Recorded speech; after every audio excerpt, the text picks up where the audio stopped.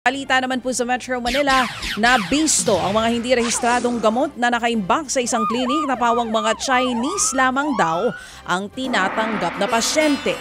Kahapon muling pinasok ng NBI ang klinik na konektado daw sa mga pogo.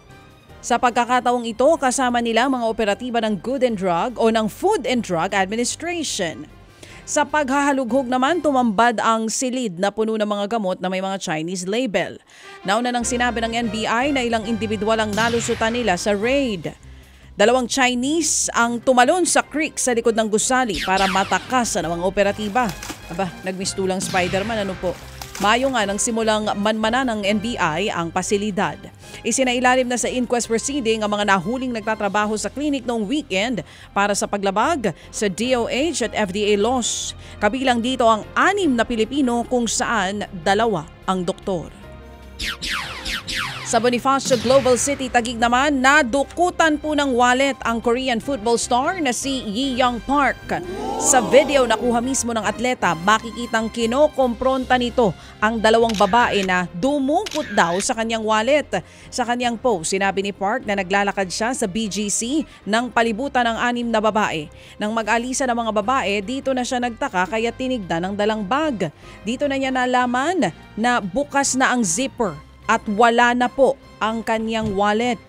Pero nang habulin ng mga suspect, nag-ingay pa raw ang grupo.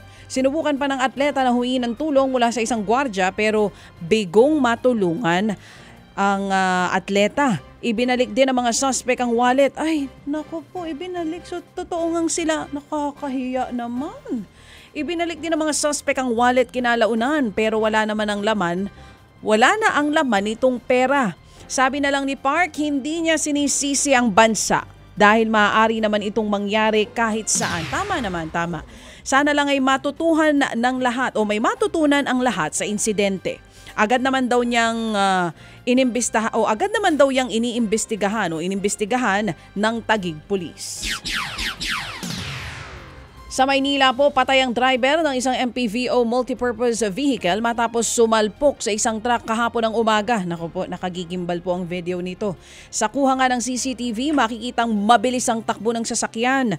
Nang tumbukin nito ang nakahintong container truck sa Mel Lopez Boulevard sa Tondo.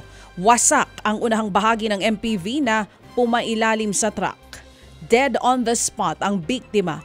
Wala pang detalye kung anong dahilan ng biglang pagbangga ng sasakyan ng truck. Nasa kustodiya na ng mga pulis ang driver ng truck. Ted Filon at DJ Chacha ngayon nasa Radyo 5 92.3 News FM Monday to Friday 6 to 10 a.m.